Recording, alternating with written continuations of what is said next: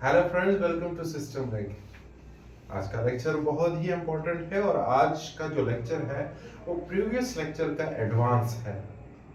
Last lecture में हमने minimax algorithm discuss किया था, जो कि आज हम अल्फा बीटा प्रूनिंग पढ़ रहे हैं। मिनिमैक्स एल्गोरिथम अगर अभी तक आप लोगों ने सर्च नहीं किया तो काइंडली उनको सर्च कीजिएगा और उनके सारे पॉइंट्स जो हैं वो देख लीजिएगा, ताकि वो सारे पॉइंट्स आप लोगों को क्लियर हो। अल्फा बीटा प्रूनिंग चूंकि advance topic of minimax algorithm है, मिनिमैक्स एल्गोरिथम्स की जो एडवांसमेंट में हम अल्फा बीटा प्रूनिंग में देखते हैं टाइम कम्प्लेक्सिटी। अब टाइम कम्प्लेक्सिटी हमारे पास चूंकि branching factor two at step जो है वो हम मिनिमैक्स एल्गोरिथम में डिस्कस किया था, और हमने ये भी कहा था कि जो ब्रांचिंग फैक्टर है तो इसको मिनिमाइज करने के लिए हम अल्फा बीटा प्रूनिंग करते हैं। अल्फा बीटा क्या है? दो चीजें हैं हमारे पास, जो कि हमने मिनिमैक्स एल्गोरिथम में पढ़ा था कि हमारे पास एक मिन प्लेयर है और दूसरा हमारे पास है मैक्स प्लेयर है। दोनों की अलग अलग बारी होगी और जिसकी बारी होगी तो वो अगली अगली यानी अपोनेंट्स को देखकर उसके अगेंस्ट जो है अपनी चाल चलाएगा। जैसे कि मिन क्या करेगा, वो इस मैक्स की जो वैल्यूज हैं यानी जो यूटिलिटी है वो कम करने की कोशिश करेगा। यहीं पे सेम अल्फा बीटा भी है हमारे पास, यानी यहां पे हम मैक्स को अल्फा कहेंगे और मिन को हम बीटा कहेंगे। सेम इसी तरह ही है, लेकिन एडवांसमेंट किस चीज में है?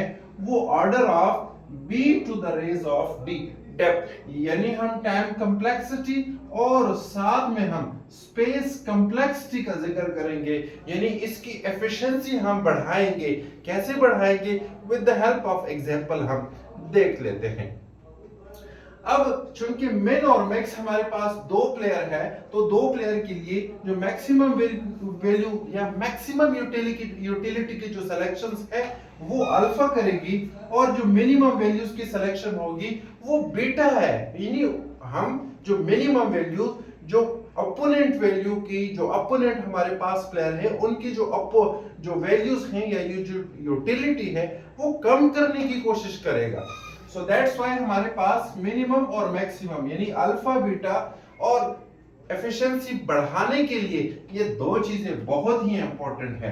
So let's start with an example, और एग्जांपल हम देख लेते हैं। एग्जांपल की मदद से मैं आप लोगों को वो सारे पॉइंट्स जो कि यूनिवर्सिटी के एग्जाम, कॉलेजेस के एग्जाम और खास तौर पर कॉम्पिटिटिव के एग्जाम में वो सवालात पूछते हैं। Alpha beta pruning artificial intelligence का वो बहुत ही इंपॉर्टेंट टॉपिक है, जो कि हमेशा से हर एक एग्जाम में सवाल आता है। और सवाल क्या आता है? एक प्रैक्टिकल क्वेश्चन दिया जाता है और उस प्रैक्टिकल क्वेश्चन पे हम क्या करते हैं? प्रून करते हैं। अब प्रूनिंग क्या चीज है? प्रूनिंग हमारे पास है, चूंकि अगर हमारे पास ट्री है या ग्राफ है, आप दोनों में से कोई एक ले सकते हो या पेपर में दोनों में से कोई एक आ सकता है।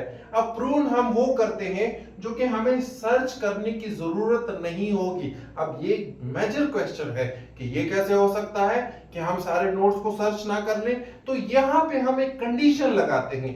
कंडीशन क्या होगी? किस बेस पर होगी? किस तरीके से हम इनको लेके चलेंगे?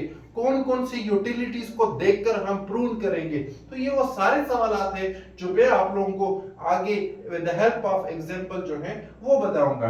अब प्रूव ये है कि फॉर एग्जांपल यहाँ पे एक कंडीशन लगा हुआ है, तो मुझे इस नोट को देखने की जरूरत नहीं होगी। इसकी वजह से हमारे पास जो टाइम कम्प्लेक्सिटी है और स्पेस कम्प्लेक्सिटी है ये कम हो जाएगी, और कम होने की सूरत में एफिशिएंसी बढ़ेगी। एग्जाम्पल की मदद से जो है वो देख लेते हैं, डिस्कस कर लेते हैं। इस एग्जाम्पल से हम देख लेते हैं, चूंकि हमारे पास अभी मैंने डिस्कस किया कि अल्फा बीटा प्रूनिंग हमारे पास है, ये मिनिमैक्स एल्गोरिथम का एडवांस है, वो मैंने अभी डिस्कस कर लिया। एग्जाम्पल हमारे पास कुछ यूं है कि यहाँ पे हमारे पास एक ट्री है, आप लोग ग्राफ भी ले सकते हैं, और ग्राफ में भी हमारे पास different vertices and its path वगैरह होते हैं, और उसमें हम कैलकुलेशंस करते होते हैं, इनकलकेट करते होते हैं, और उसमें भी same as it is like tree है, हम उसमें भी प्रून करते होते हैं। प्रून किस तरीके से करते हैं? So let's start. अब चूंकि हमारे पास ट्री है और ट्री में खास तौर पर अल्फा बीटा प्रूनिंग में हम किस बेस के ऊपर करते हैं? It's depth first search. हम डेप्थ फर्स्ट सर्च को फॉलो करेंगे। अब डेप्थ फर्स्ट सर्च क्या है कि यहां से हम स्टार्ट करेंगे, यानी पेरेंट नोड से हम स्टार्ट करेंगे और पेरेंट नोड से हम चलते चलते चलते चलते टू इट्स लीफ नोड, यानी टर्मिनल तक हम आ जाएंगे और टर्मिनल से हम फिर वापस जाएंगे और हम वैल्यूज, पेरेंट वैल्यूज को असाइन करते जाएंगे और फिर कंपेयरिंग साथ साथ जो है वो हम करते जाएंगे। अच्छा, अब इसमें इंपॉर्टेंट पॉइंट मैं आप लोगों को अभी बता देता हूं कि इसमें हम हमेशा से हर एक नोड के ऊपर अल्फा और बीटा की वैल्यू कंपेयर करेंगे। ये एक लॉजिक है, ये सच नहीं है, ऑर्डिनरी एक लॉजिक है। हम देखते होते हैं कि हाँ, कौन सी वैल्यू की जरूरत है और कौन सी वैल्यू की जरूरत नहीं है, और उसी बेस्ड पर यानी हम एक चेक लगाते हैं। हर एक नोड के ऊपर हमने चेक लगाया होता है और उस चेक के ऊपर हम देखते हैं कि हमने इससे आगे कोई सर्च हम कर सकते हैं, हमने करना है, हम करेंगे या नहीं। अगर नहीं तो वहीं पे हम उनको प्रून करके, प्रून का मतलब कट ऑफ, यानी उसके बाद हमने सर्च नहीं करना, उस पोर्शन को, उस नोड को हमने सर्च नहीं करना। और इसी सर्चिंग ना करने की वजह से टाइम कंप्लेक्सिटी और space complexity, it's mean efficiency बढ़ जाती है। सो स्टार्ट करते हैं। टर्मिनल तक मैं आ गया हूं, तो टर्मिनल में हमारे पास बीटा वैल्यू, इट्स मीन की मिनिमम वैल्यूज, अभी मैंने जिक्र किया कि मैक्सिमम के लिए अल्फा और मिनिमम के लिए बीटा जो है वो हम रिप्रेजेंट करते हैं। सो मिनिमम हमारे पास यहाँ पे वैल्यू है 3, तो 3 में असाइन कर लेता हूं बीटा को। इट्स मीन कि मैंने बीटा को, यानी इनमें से जो मिनिमम वैल्यू मैंने चूज की है और वो है 3। अब 3 वैल्यू मैंने यहाँ पे चूज कर लिए। सो नेक्स्ट हमारे पास जो वैल्यू है वो 4 है। इट्स मीन 3 और 4 में मिनिमम वैल्यू क्या है? वो 3 है। अब 3 चुन के हमारे पास मिनिमम वैल्यू है इन दोनों टर्मिनल वैल्यूज में से। सो ये 3 डायरेक्टली मैं असाइन करूंगा किसको? अल्फा को, यानी अल्फा के पास अब वैल्यू क्या है? 3 है। अब अल्फा को 3 चाहिए या 3 से अबाव वैल्यू चाहिए?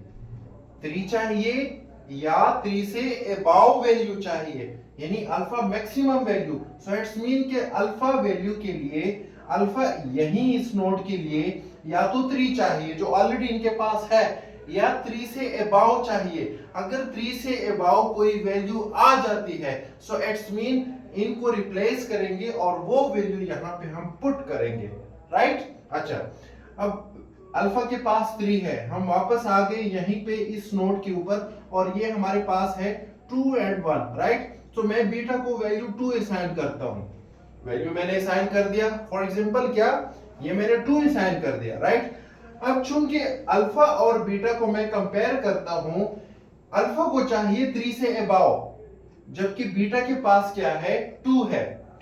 बीटा के पास आएगी या वैल्यू 2 या 2 से मिनिमम। 2 से वैल्यू बढ़नी हो ही नहीं सकती, 2 से वैल्यू नहीं इंक्रीज हो सकती। और अल्फा को चाहिए 3 से अबाव, यानी एक वैल्यू 2 से ज्यादा हो ही नहीं सकती और एक को चाहिए 3 से अबाव। तो इसका क्या मतलब है कि मुझे अगला जो नोड है, अगली जो वैल्यू है, वो मुझे सर्च करने की जरूरत ही नहीं होगी, राइट? तो मैं यहां 3 को, अल्फा को यहीं पे मेंटेन करूंगा, इस वैल्यू को मैं इधर ही मेंटेन करूंगा, राइट? ये वैल्यू मेरे पास इधर ही रहेगी, क्लियर? सो यहां पे मुझे और सर्च करने की जरूरत नहीं है। ये 3 मैं डायरेक्टली असाइन करूंगा किसको? बीटा को। ये मैंने यहां पे असाइन कर दिए। अच्छा, अब जब मैं यहां पे असाइन करूंगा तो यहां से नीचे मैं टर्मिनल पे आ गया। टर्मिनल पे मैंने ये वैल्यू यहां से चूज करके, यानी बीटा को दे दी और बीटा की वैल्यू, बीटा के पास अब वैल्यू है 7, राइट? 7 अब असाइन करूंगा मैं किसको? 7 में असाइन करूंगा अल्फा को। इसका क्या मतलब है कि अल्फा को वैल्यू चाहिए, अल्फा को वैल्यू चाहिए 7 से ग्रेटर, अल्फा को चाहिए 7 से ग्रेटर, राइट?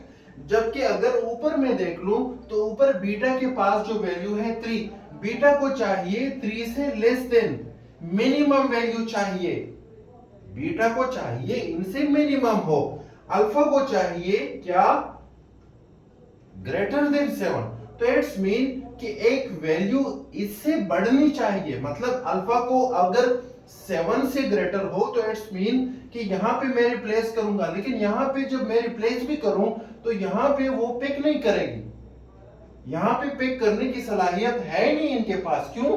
बीटा ने क्या करना है, बीटा ने वैल्यू 3 से मिनिमम सर्च करना है, जबकि ऑलरेडी क्यू में हमारे पास क्या है, वो वैल्यू 7 है। तो इट्स मीन इसके बाद ये वैल्यूज मैं क्या करूंगा, प्रूव करूंगा, ये मैं सर्च करूंगा ही नहीं, सॉरी यहां पे मैं ये वैल्यू सर्च करूंगा ही नहीं।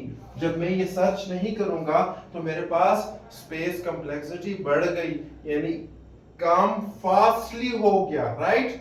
अब नेक्स्ट हमारे पास जो 3 है, ये मैंने कहां पे असाइन कर दिया, ये मैंने अल्फा को असाइन कर दिया। अब यहां अल्फा को चाहिए वैल्यू 3 तो है ही है, अब 3 से इंक्रीमेंट वैल्यू चाहिए अल्फा को, तब हम यहां पे रिप्लेस करेंगे, राइट। अब यहां पे हम आ गए, राइट, और यहां पे आते आते मैं यहां पे आ गया हूं, बीटा 2 एंड 11 वैल्यू क्या असाइन कर दी मैंने, 2, राइट। अब जब मैंने यहाँ पे 2 असाइन कर दी और यहाँ पे फॉर एग्जांपल 1 एंड 12 में मेरे पास वैल्यू क्या आ गई, 1 आ गई। सो अल्फा को मैंने यहाँ पे वैल्यू दे दी 2। इसका क्या मतलब है कि अल्फा को चाहिए 2 से ग्रेटर, अल्फा को चाहिए 2 से ग्रेटर, मिनिमम नहीं चाहिए, मिनिमम नहीं चाहिए। तो मैं क्या करूंगा, 2 को डायरेक्टली मैं इधर बीटा को दे दूंगा, बीटा को मैंने दे दिया। अच्छा, अब मैं इधर सर्च कर रहा हूं, लेकिन सर्च करने से पहले मैं जरा कंपेयर तो कर लूं, यहां पे अल्फा और बीटा को मैं कंपेयर कर लूं। कैसे कंपेयर करूंगा, अल्फा को चाहिए 3 से ग्रेटर, जबकि मेरे पास बीटा कहता है कि नहीं, अगर 2 से कम वैल्यू हो तो मैं पिक कर सकता हूं, 2 से ग्रेटर हो तो मैंने पिक नहीं करना क्योंकि मेरे पास ऑलरेडी है। लेकिन अल्फा कहता है नहीं, 3 से ग्रेटर हो तो मैं चूज करूंगा, 3 से मिनिमम हो मैं चूज नहीं कर पाऊंगा, राइट। बीटा कहता है नहीं, यानी इन दोनों के कंपैरिजन है, एक कहता है यानी इन दोनों के बीच में गैप है, ये कहता है मिनिमम हो और ये कहता है ग्रेटर हो। तो इट्स मीन इसके बाद मैं और वैल्यूज को चेक करूंगा ही नहीं, इट्स मीन कि ये सारे मेरे पास क्या हो गए, ये सारे मेरे पास प्रूव हो गए और इसको मैं चेक नहीं करूंगा। क्यों? अगर मैंने यहां से वैल्यू पिक भी कर दी और यहां मैं फॉर एग्जांपल कोई भी वैल्यू मैं इधर लेकर आया तो यहाँ पे वो चूज नहीं करेगा, और जब चूज नहीं करेगा तो यहाँ पे ऑलरेडी ग्रेटर वैल्यू है। सो इट्स मीन यहाँ पे हमने क्या किया, वो स्टेट्स जो हमारे पास जो हैं जो वैल्यूज हैं वो वैल्यूज के अकॉर्डिंगली हमने प्रूव कर दिए, कट ऑफ कर दिए कि सर्च करने की जरूरत ही नहीं है। इससे हमारे पास टाइम कंप्लेक्सिटी बढ़ गई, इससे हमारे पास जो है वो स्पेस कंप्लेक्सिटी बढ़ गई। स्पेस कंप्लेक्सिटी हमारे पास वो कितनी है देख लेते हैं। हमारे पास स्पेस कंप्लेक्सिटी हमारे पास इनकी है order of b d by 2, space complexity plus हमारे पास टाइम कंप्लेक्सिटी वो भी हमारे पास d बाई 2 है, यानी डेप्थ टू हाफ डेप्थ। मतलब हम यहाँ पे जो स्पेस कंप्लेक्सिटी और जो कट ऑफ वगैरह करते होते हैं वो इसीलिए करते हैं ताकि हमारे पास जो एफिशिएंसी है वो बढ़े। तो ये मिनीमैक्स के एडवांस हैं, जहाँ पे मिनीमैक्स में हम हर एक नोड को सर्च करते होते थे और वहीं पे हमारे पास टाइम कंप्लेक्सिटी और स्पेस कंप्लेक्सिटी बहुत ज्यादा थी। सो यहाँ पे हमने क्या किया, जो ऑलरेडी हमें जरूरत नहीं थी तो हम उनको विजिट नहीं करेंगे और उनको हम क्या करेंगे, प्रूव करेंगे। इसमें अगर कोई सवाल कोई क्वेश्चन है तो लाजमी तौर पर कमेंट्स बॉक्स में ड्रॉप कीजिएगा, वी विल आंसर यू। तो उम्मीद है आप लोगों को सारे सवालात के जवाबात और सारे पॉइंट्स जो हैं वो क्लियर हो गए होंगे। फिर भी अगर कोई सवाल है तो लाजमी तौर पर अपना फीडबैक दीजिएगा। Thank you.